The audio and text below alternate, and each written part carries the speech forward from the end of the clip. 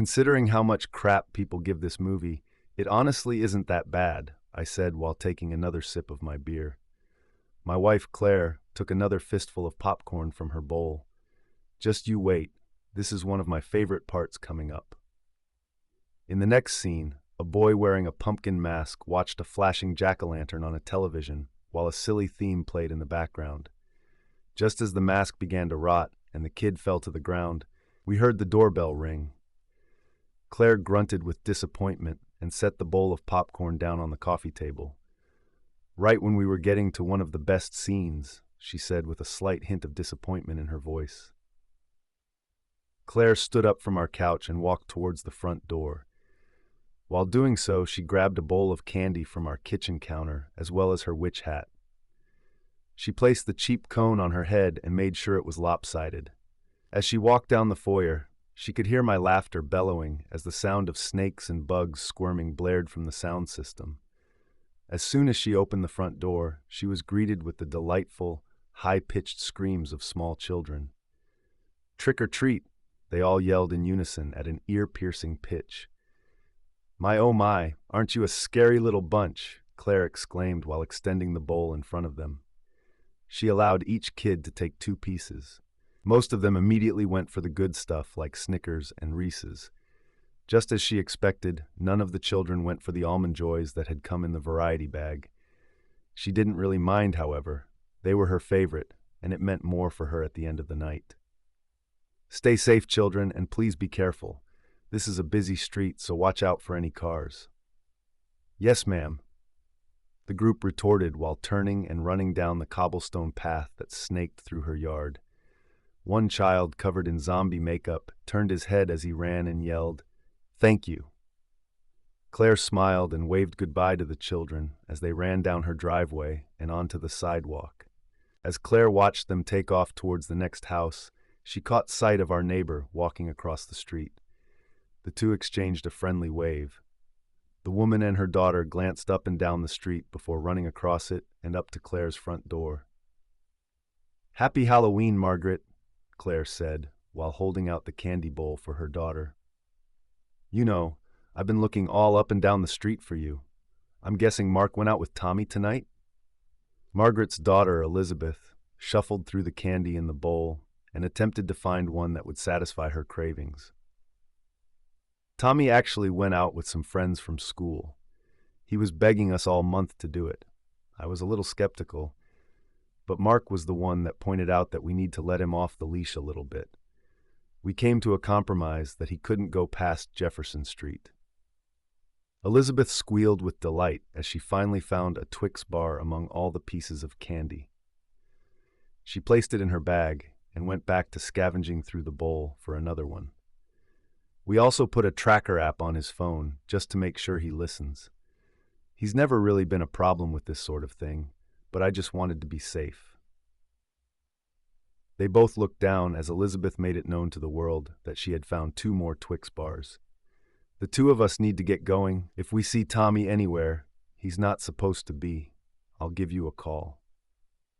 The 2 women hugged, and Margaret took her daughter by the hand. As they walked down the driveway and onto the sidewalk, Claire looked on with a smile. The 2 of them passed in front of her house and further down the street.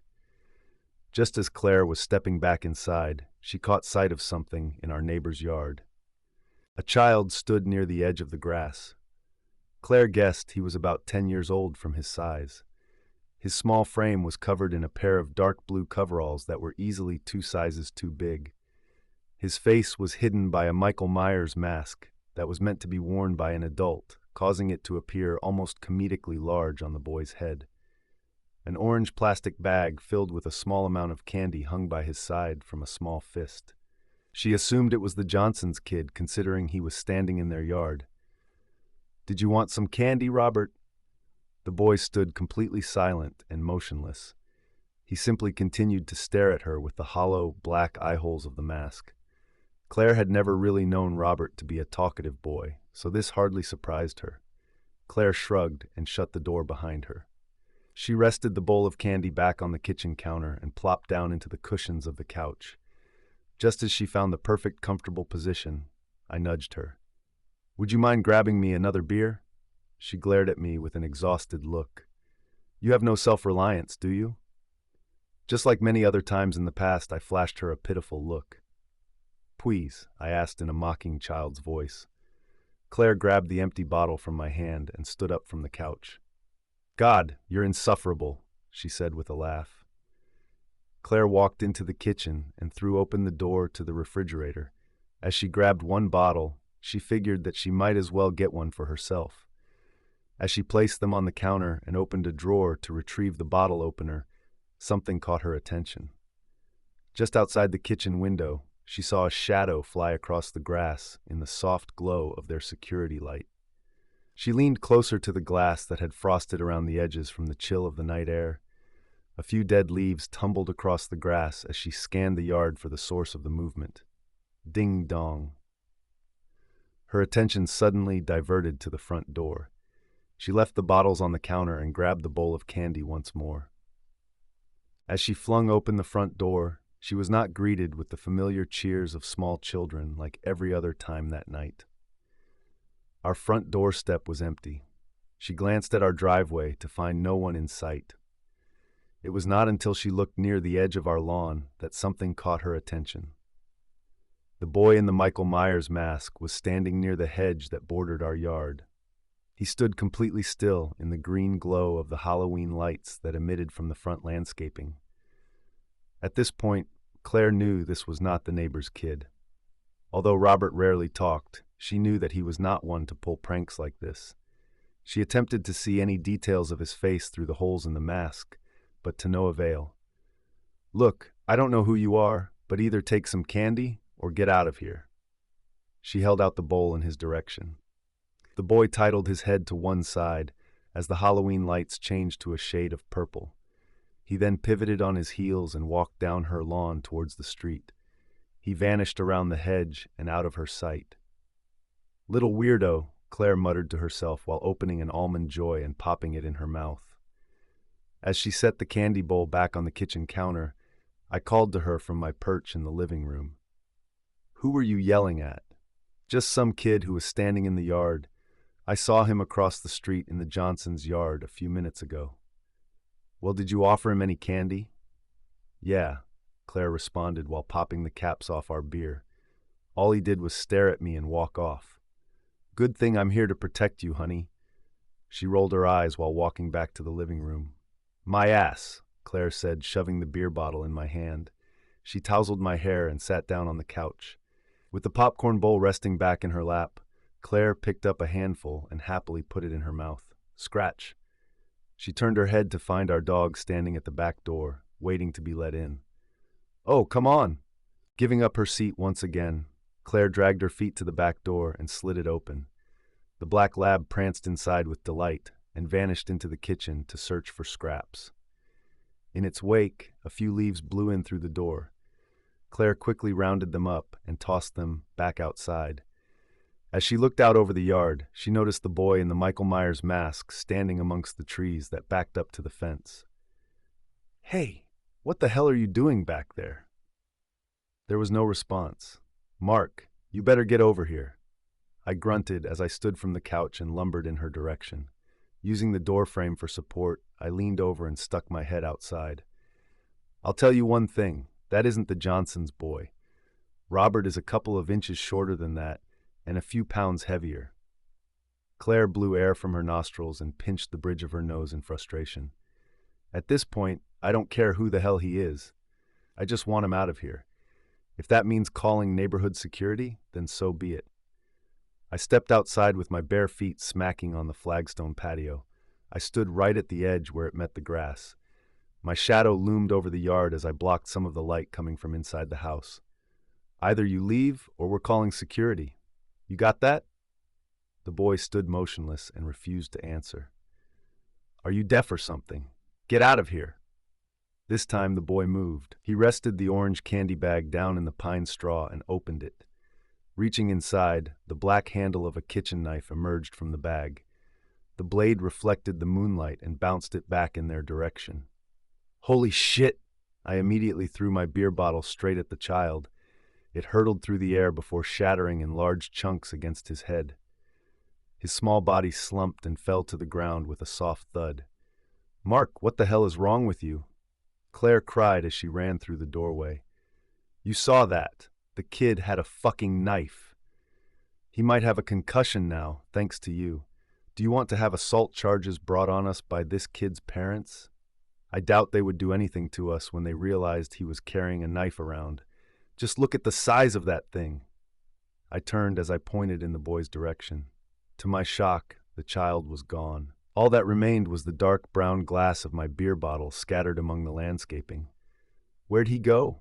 I asked while stumbling backwards towards the house. Claire took a few steps back herself and fumbled for the phone in her pocket. "That's it. I'm calling the cops." I followed her back inside and locked the door behind us. As the blue and white colors emitting from the television danced around the room, Claire dialed 911 and spoke with a dispatcher. Although difficult at times, she managed to keep the panic from seeping into her tone.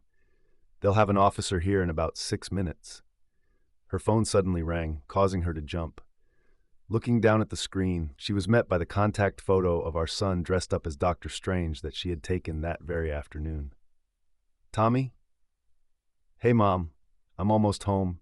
Is it okay if my friends come over in a few minutes and watch some movies?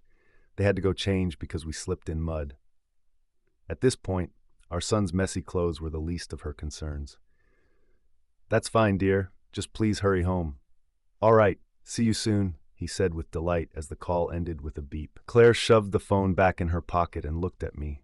I was staring out the kitchen window with my nose pressed against the glass. "Any sign of the kid?" "Nothing yet," I said while turning towards the backyard. "It's like he just disappeared into thin air." There was a knock at the door that caused us to jump. Claire breathed a sigh of relief and quickly walked towards the door. She threw it open and greeted our son with a sigh of relief as the cool night air flooded inside. "I'm so glad you're home." The doorstep was empty, save for a few bugs that danced around the overhead light. Claire panicked and began frantically looking from side to side. "Tommy," she called into the cool night air. Stepping forward, she was met with an unsettling crunch under her foot. She slowly looked down to find a piece of plastic cracked under her shoe. As she lifted her foot, she recognized it as the magical shield that had come with Tommy's costume. A knot formed in her stomach and she began to lose her balance. Propping herself against the door frame, she called for me. "Mark." I went barreling down the hallway in an instant. "Is he out here again?" I followed my wife's eyes down to the ground. When I saw the pieces of shattered plastic resting on the concrete, the color drained from my face. I'm grabbing my gun. Before Claire could stop me, I had fled to our bedroom to retrieve the firearm from the top shelf of our closet. As she watched me disappear around a corner, she heard a noise come from the driveway. It sounded like something falling on the pavement. She timidly approached the driveway and peered around the back of her car. She was met with nothing but the sight of an empty sidewalk.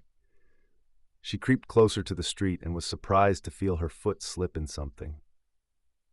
She glanced down to find a small puddle of blood near the back tire of her SUV. Her shoe had smeared some of it across the driveway in a dark crimson streak. Tommy's cell phone lay on the concrete with the screen cracked. Claire's contact was still pulled up on the phone app. "Mark," she screamed at the top of her lungs. Within a matter of seconds, I came running through the front door with a pistol in my grasp. As I came closer to her, she pointed at the puddle illuminated under the sickly yellow glow of the streetlight.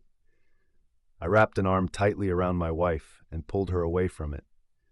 I was met with resistance as she broke from my grasp and ran towards the street.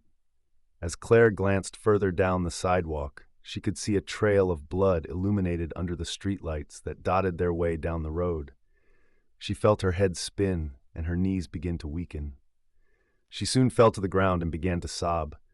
I rushed to her side and bent down to cradle her. "Tommy?" She continued to scream our son's name into the cool night air, only to have it echo back as if the world was taunting her. As her cries carried up and down the street, hot tears ran down her cheeks. I held her tighter as the two of us were bathed in the red and blue glow of an approaching police car. The vehicle pulled up the curb and the door thrown open as the deputy caught sight of us. As he approached, Claire's voice continued to pierce the night, only to be lost in the howling wind.